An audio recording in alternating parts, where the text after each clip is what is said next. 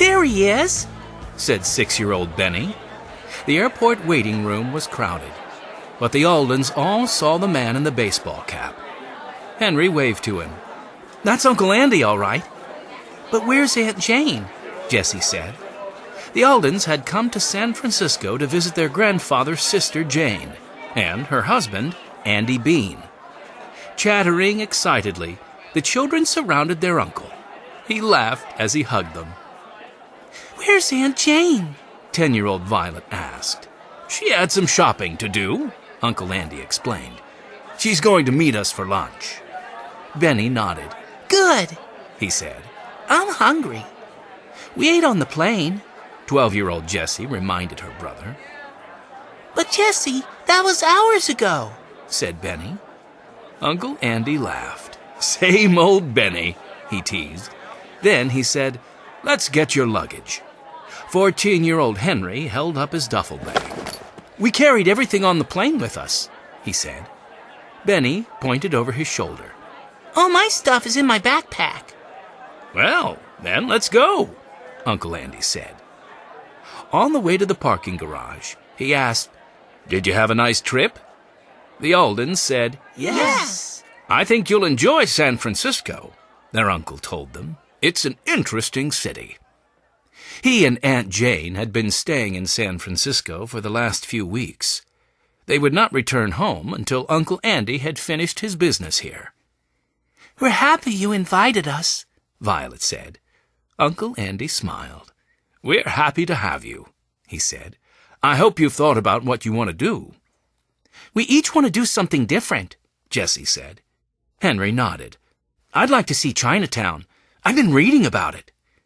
I'd like to take a boat trip, Violet told him.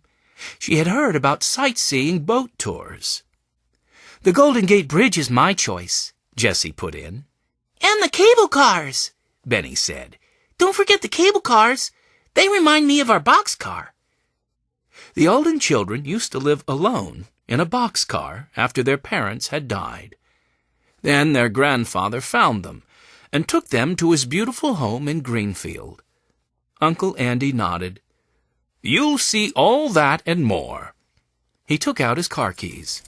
Here we are, he said, and opened the trunk. The Aldens piled their luggage inside. Then they all climbed into the car. Where are we going? Benny asked.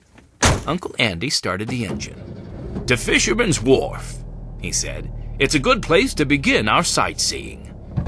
The Aldens looked at one another and smiled. With so much to do, they knew this would be a special trip. Before long, they were in the city. The sun shone brightly on the bay. The tall buildings seemed to sparkle.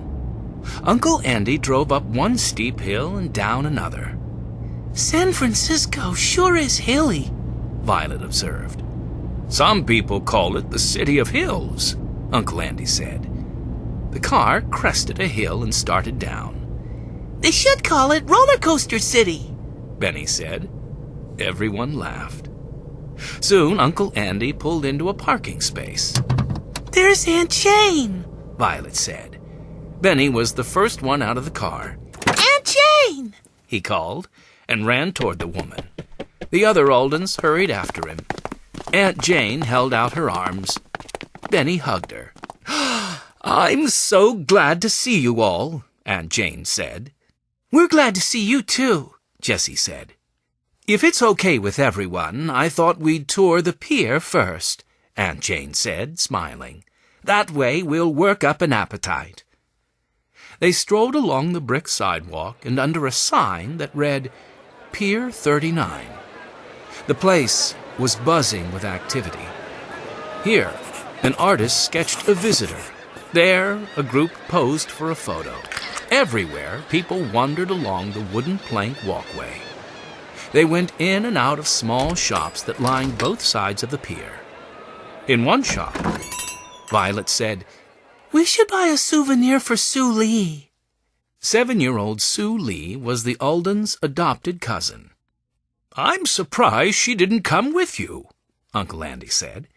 She wanted to come, Jessie explained. But she's playing her violin in a concert this week.